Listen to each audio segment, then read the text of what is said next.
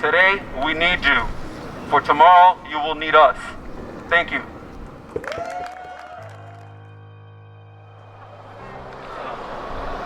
Hello? What up, everyone? My name is Gabriel Sanaz. I own local barbershop down the street, right in the middle of Tenderloin. Right in the middle of Tenderloin and Nob Hill District. First, I'd like to thank all of you guys for coming out here and showing us support. Thank to all my barber brothers and sisters over here. I see you guys. I appreciate you guys for coming out here. Thank you. And everyone in the beauty salon industry, all of you, thank you guys for coming out here to show your support. This opportunity is somewhat difficult for me. It's not the reason for not knowing what to say, but for the reason of having so much to say in such little time. I keep going back and forth trying to figure out exactly what to share today amongst all of you. Something motivational, something inspirational. I'm not that person. We all know the numbers. We all know the outcomes. The truth is, I came to the realization that today I'm considered a number. A number of the unfortunate group that have been severely impacted. A number of the group that still continues to be kicked while we're already on the ground. I'm not pointing fingers, nor am I blaming anyone for the outcome we're all going through. But I am here at least to share one of many personable and relatable stories some of us have dealt with.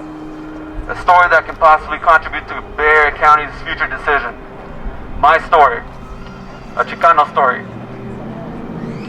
On Saturday, March 14th to be exact, as I always do, I was closing down my shop after a good week of work. As I finished hanging a few art pieces from a local artist, which I now proudly own, I get this phone call. The phone call that has been the heaviest to accept even to this day. It was my brother.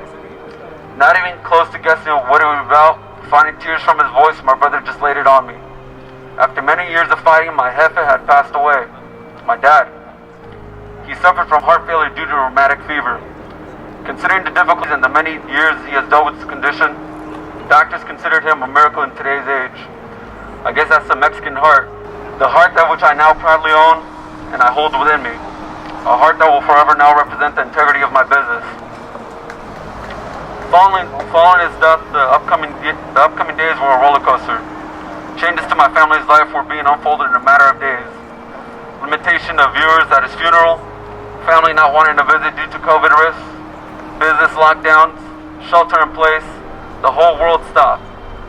Like many others' reality, it's not the most ideal scenario for one losing a loved one. I became numb to the world. I didn't care.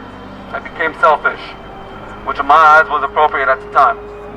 But as my family and I were navigating through the changes that were happening in front of us, I started seeing the realization of what the world has come down to. The reality of the truth. Business closures. My business closure. As one of my close homies says, my frijoles and tortillas.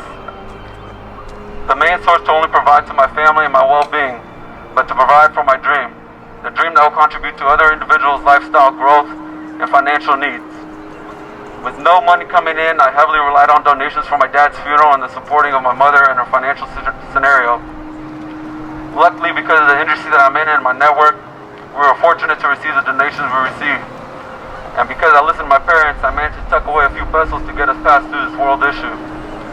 But as the world keeps turning, the more and more, the little amount that I saved is slipping away. With little to no hope from our country's leaders, we are forced to unite and learn from one another. Amongst business owners, brothers and sisters, and as colleagues, we are learning, trying to get by. We're trying to adapt to today's current world, a world no one saw coming that would impact so many lives. Today, I'm not looking for empathy, nor am I looking for sympathy. I'm looking for acknowledgement. I want this speech to impact your overall decision as to how we, business owners, humans, all of us, the vulnerable, will forever view you as. I'm grateful to be a barber. I'm grateful because it has taught me to understand the scenarios, understand scenarios from many perspectives. I've seen the sacrifices made to start our businesses. I've seen the debt that some of us have accumulated. I've seen the blood, sweat, and tears just to get by. This is a time where generalizing should not be contributed to an overall decision. We are all different. We are all in different scenarios.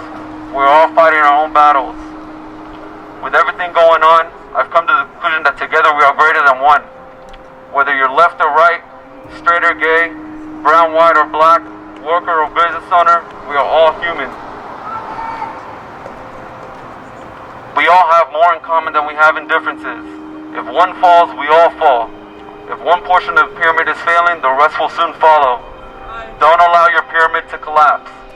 Help us, aid us, give us relief, allow us to reopen.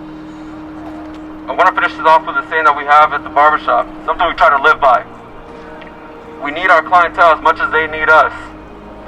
Today, we need you. For tomorrow, you will need us. Thank you.